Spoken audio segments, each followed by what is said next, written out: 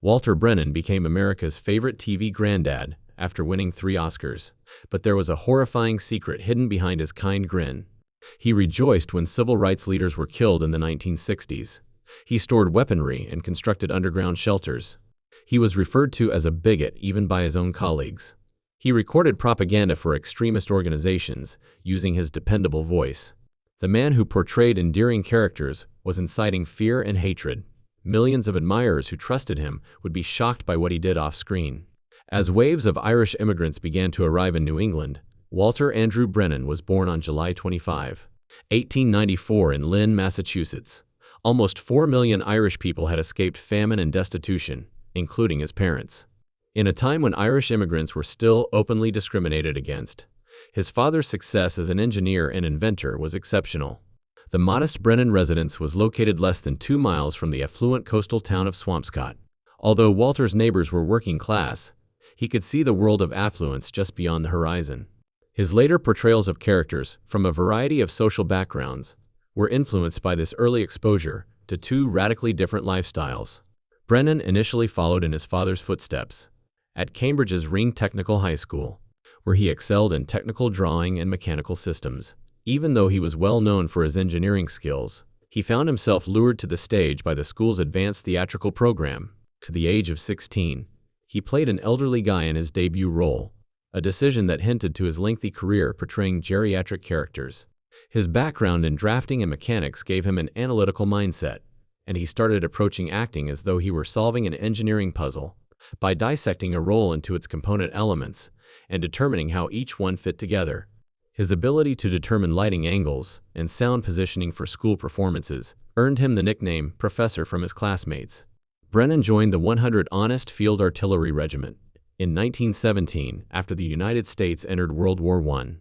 He was exposed to mustard gas, one of the most dreaded weapons of the war, during the Meuse-Argonne attack in late 1918.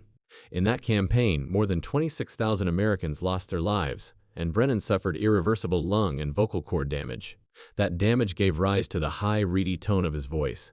Unaware that it would eventually help him win 3 Oscars, his fellow troops made fun of him for it. Deeper scars were also left by the incident. Mustard gas survivors frequently struggled with chronic respiratory conditions and symptoms of what is now known as post-traumatic stress disorder. Brennan relocated to Guatemala to try his hand at pineapple farming after the war. The venture appeared promising at first. With the expectation of enormous returns, American investors were flooding Central American farmland with capital. His farm was situated close to the Pacific coast on fertile volcanic soil, and his early profits were so substantial that he later jokingly said he couldn't spend the money quickly enough. But catastrophe hit in 1922. Crops were damaged by plant diseases, the nation was rocked by political turmoil, and the U.S. market was oversupplied with tropical fruit, which caused prices to plummet. After losing almost everything, Brennan had to earn his way home by working on a commercial ship. His opinions on money were toughened by that failure. He maintained a conservative, cautious approach to money in later years, despite becoming one of Hollywood's wealthiest performers. Brennan relocated to Los Angeles in 1925, at a time when the city's real estate industry was booming. Profiting on property values that were occasionally tripling in a matter of months, he amassed a fortune through the purchase and sale of undeveloped land. He made investments in what would eventually be considered great real estate in Hollywood. However, the 1929 stock market crash brought the good times to an abrupt end. Brennan lost everything when the real estate boom crashed. He took any work he could find, ate at soup kitchens, and slept in his car. He started working as a movie extra in 1925, making brief appearances in movies including Lorraine of the Lions, The Calgary Stampede, and Webs of Steel. Director Richard Thorpe frequently utilized him for supporting roles because of his distinctive voice and gruff appearance from the war. During the late 1920s and early 1930s, Brennan made over 20 film appearances, working for several studios for a few years. He appeared in comedies, horror movies, and westerns. In 1935, he played an uncredited part in Bride of Frankenstein. Even before the public recognized his name, he was one of Hollywood's most dependable character actors due to his flexibility and work ethic. Sam Goldwyn's The Wedding Night, starring Gary Cooper, marked a sea change in 1935. Goldwyn noticed Brennan's performance in a small, uncredited role as a taxi driver, and the role was expanded while the movie was being filmed. He signed a long-term contract with Goldwyn and received his first screen credit as a result of the expanded role. Later that year, that led to a part in Howard Hawks' Barber Coast. Brennan credits the movie with launching his career. Brennan received the first-ever Academy Award for Best Supporting Actor in 1936 for his performance as Swan Bostonram in Come and Get It. He brought warmth and nuance to a role that could have been a cliché by portraying Swan over the course of several decades of the character's life. From a young man to an elderly widower, he became a late-blooming star after the victory at age 42, landing leading and co-starring parts in movies like 1937's Wild and Woolly and Affairs of Cappy Ricks. He was already well known in 1938. However, he hardly ever played the part of Peter Goodwin in Kentucky. He was prepared to retire after working non-stop since Christmas 1937. He was getting tired, yet he was dragged back by something. He spent weeks working with actual thoroughbred dads to learn the ins and outs of horse care. His commitment earned him his second Oscar in 3 years, and it encouraged 20th Century Fox to pursue more horse-themed hits. Brennan took over Muff Potter's Tattered Shoes in The Adventures of Tom Sawyer a year later. Brennan appeared considerably more worn than normal, thanks to Technicolor makeup in this 1939 edition, which was the first significant color adaptation of Twain's book. In some ways, it was a role that was close to home. He had battled his own struggles with alcohol before fame, and that gave the character's sadness a real weight. Child actor Tommy Kelly admitted Brennan's performance unsettled him on set. Brennan studied Missouri speech patterns to nail the dialect, adding to a portrayal that balanced brokenness with humanity. Then came The Westerner in 1940, and Brennan's third Oscar in just 5 years. As Judge Roy Bean, he built a character from historical accounts of a man who mixed cruelty with a warped sense of justice. Writing, shooting, and studying Bean's real-life court cases consumed his preparation. One notorious scene, in which Bean discovered a dead guy for carrying a concealed weapon, was taken straight from the transcripts. There was discussion about whether Brennan had been put in the incorrect category, after his screen time almost equaled Gary Cooper's.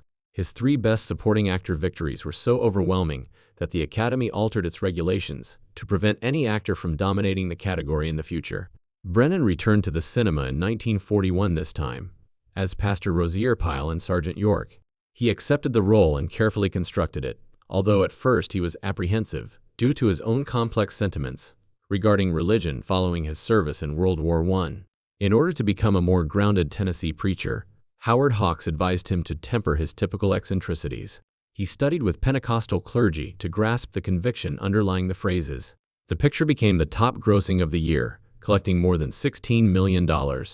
Though Gary Cooper attracted most of the attention, Brennan's work sustained the film's moral center, garnering him another Oscar nod in The Pride of the Yankees.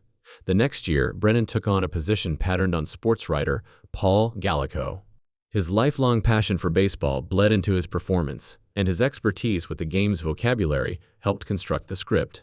He mastered the quick speech of 1930s sports reporters by listening to game broadcasts, and stood on camera with icons like Babe Ruth, without losing credibility.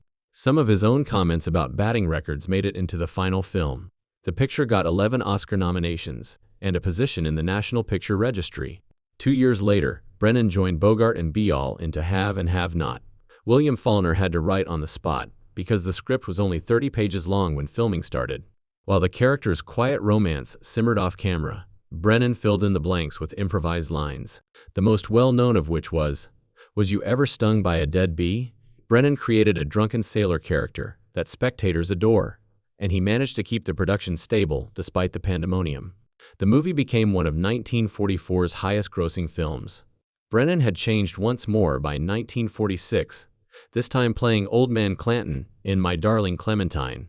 Based on tales Wyatt Earp had told him, Ford created the passable corral firefight, and Brennan's vicious father provided a terrifying focal point for the movie. Only a harsh, threatening presence that seemed based in actual violence was present. There was no humor. Because of his efforts, the movie became a permanent part of American cinema, and was eventually added to the National Film Registry. Brennan played the role of Nain Groot, a cook on a huge cattle drive in Red River 2 years later. He served as a mentor off-screen and a mediator on-screen, surrounded by John Wayne and up-and-coming Montgomery Clift. High appreciation was given to the film's expansive voyage from Texas to Kansas, Additionally, Brennan's warmth and humor mitigated the story's more severe aspects. He appeared in one of the few westerns set during Alaska's gold rush, The Far Country, by 1954. His portrayal as a prospector who was both devoted and greedy, opposite James Stewart, showed Anthony Mann's changing take on the genre. Brennan seems to have endured decades in the wild, even on artificial snowfields. Rio Bravo, released in 1959, was his last major Western role. At 65, he introduced Stumpy, the hobbling deputy loyal to John Wayne's sheriff, to both weakness and grit.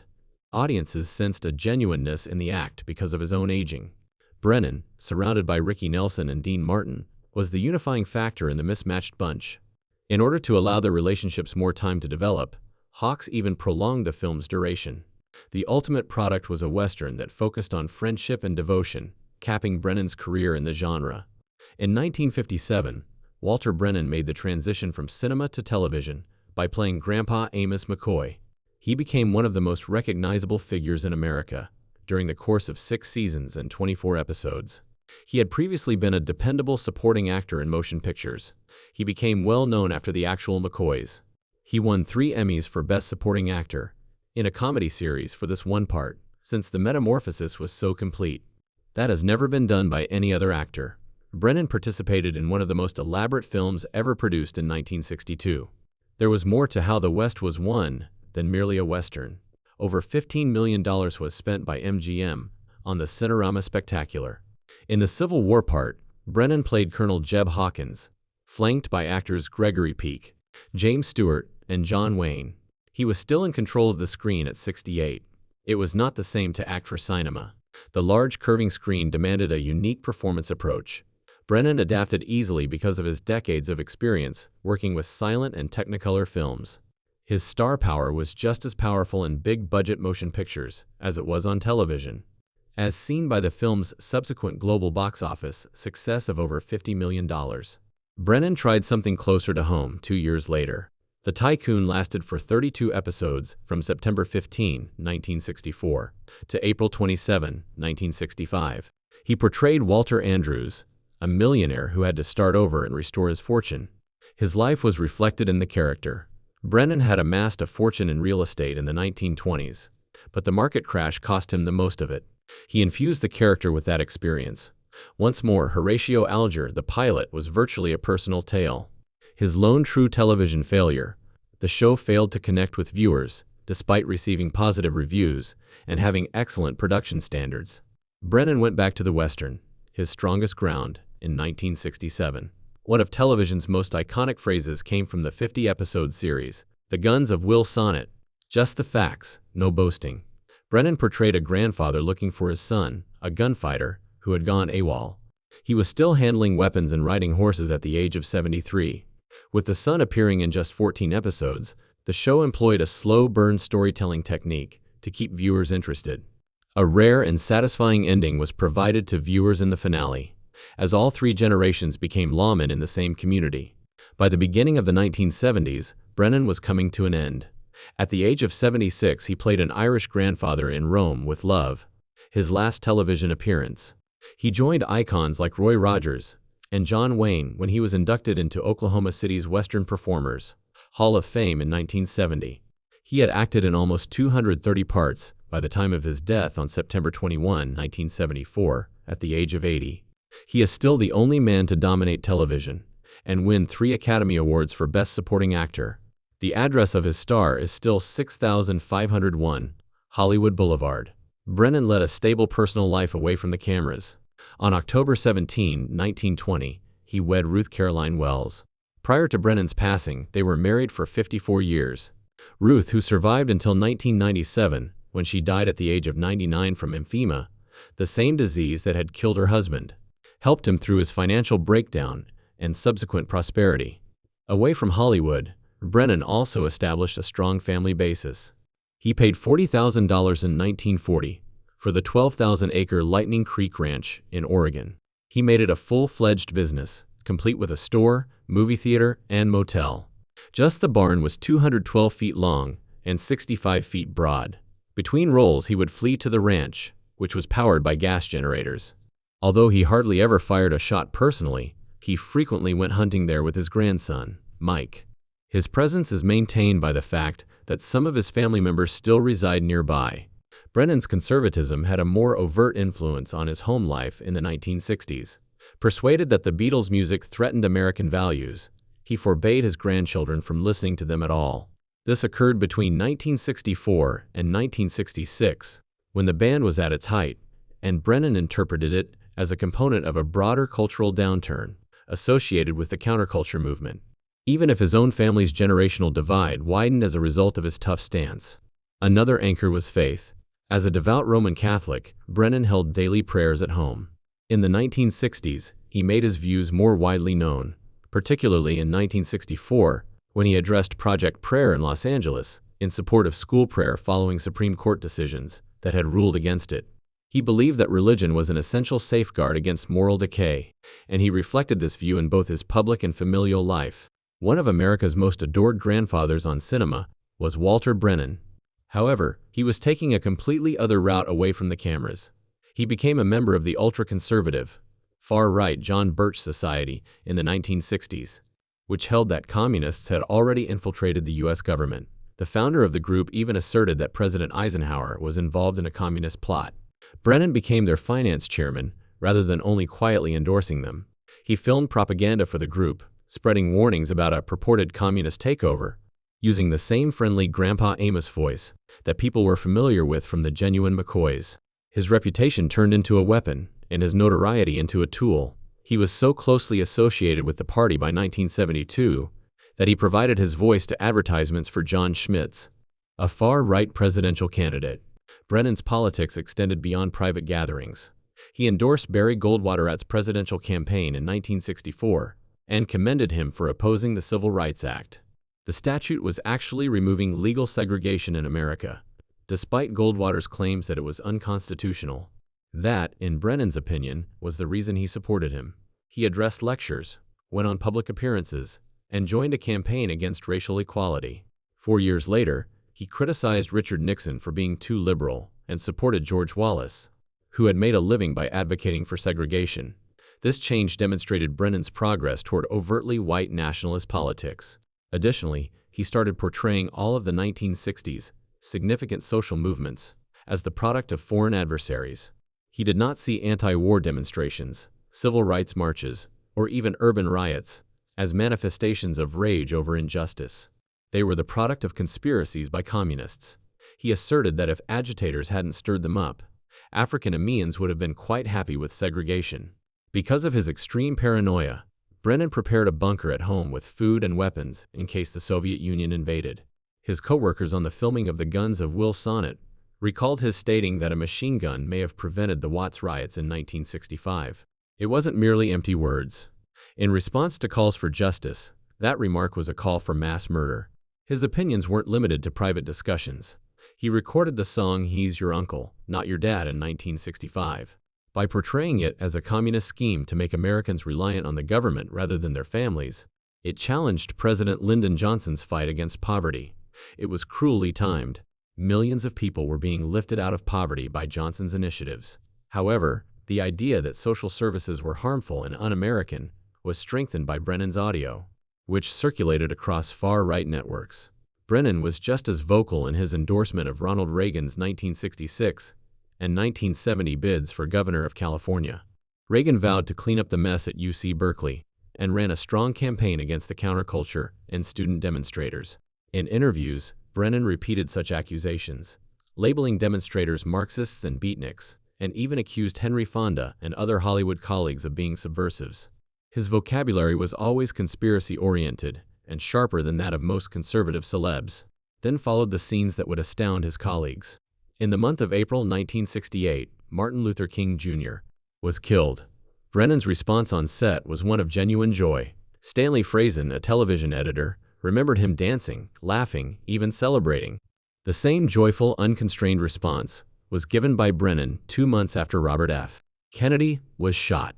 Entire crews witnessed these public demonstrations, rather than secret whispers. He seemed to view the deaths of those who battled for progressive ideas and civil rights as triumphs. The trend was obvious. Justice was never the focus of the civil rights movement, according to Brennan. He believed it to be a communist plot to undermine the United States.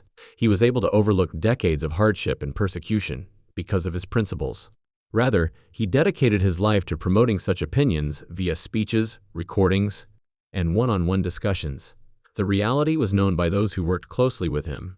Everett Greenbaum, a television writer who worked for the actual McCoys for years, referred to Brennan as a bigot who often made racial comments. It was not a casual slip. It was his identity. Behind the endearing TV granddad was a guy who felt that the nation was under siege and was prepared to use his notoriety to incite hatred, fear, and division. Most fans could never have imagined the distance between the Walter Brennan that America loved and the Walter Brennan that lived off screen. He constructed a huge underground bunker beneath his Los Angeles mansion during the height of the Cold War in the 1960s. This was more than just a canning facility. It was a stronghold. There was enough food for his family for months, along with firearms and medical supplies. He wanted to be prepared because he thought the Soviet Union was getting ready to invade America at any time. Knowing that their father spent a lot of time checking supplies in stocking stores, his kids grew up above this secret sanctuary. The thought of foreign troops wasn't the only thing that worried him. Brennan thought that Hollywood itself was already tainted by communists. His misgivings even extended to John Wayne, the character who personified American patriotism on cinema. He maintained an enemies list of those he believed were involved in the plot, which contained unexpected names. Brennan made lectures in his Grandpa Amos accent at a John Birch Society gathering in 1965, warning that communist spies were everywhere in Hollywood. He would subtly test co-stars by posing difficult political subjects to gauge their responses. To him, disagreement was proof of betrayal. On film sets, this caused conflict and mistrust that followed him till the conclusion of his career.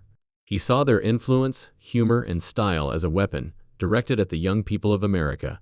He thought that communist forces had fabricated their popularity in order to sow discord among generations. He took this so seriously that he confiscated Beatles albums, inspected his grandchildren's music collections, and even advised them not to hang around with band fans. His family remembered the awkward tension this caused. Brennan, however, believed it shielded them from a harmful kind of propaganda. Brennan interpreted the nationwide anti-Vietnam War demonstrations as evidence of foreign control rather than free speech.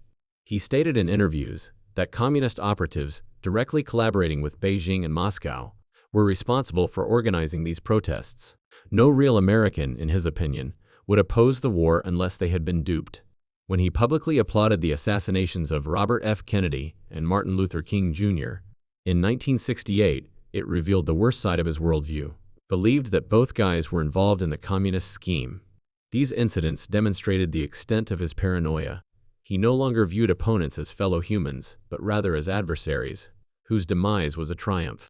The public perception of Brennan was unaffected by his death on September 21, 1974. He was dubbed America's best character actor by newspapers. A three-time Academy Award winner, with over 230 jobs under their belt, Hollywood refrained from discussing his extreme views. Instead of addressing the truth of his personal life, his funeral paid homage to his charisma on screen. Even though he recorded statements disparaging civil rights leaders, studio executives had long been aware of his political activities, but had kept them out of the media by casting him in benign roles. These unspoken facts were eventually revealed in Carl Reisen's 2015 biography, which was written decades later. Reisen demonstrated how Brennan's marriage to Ruth Wells served to conceal his actions from the public eye through letters, family documents, and interviews. She was more than just his supporter. She accompanied him to far-right gatherings and assisted in the distribution of his political recordings. The novel sparked a fresh discussion on the extent to which we can divorce an actor's personal convictions from their work. Film archives started to include warnings about his political fanaticism, and some theaters ceased exhibiting his films. At last, the entire picture of the guy Hollywood had previously shielded was emerging. The concerns that had dominated his life permanently overshadowed his charm and brilliance.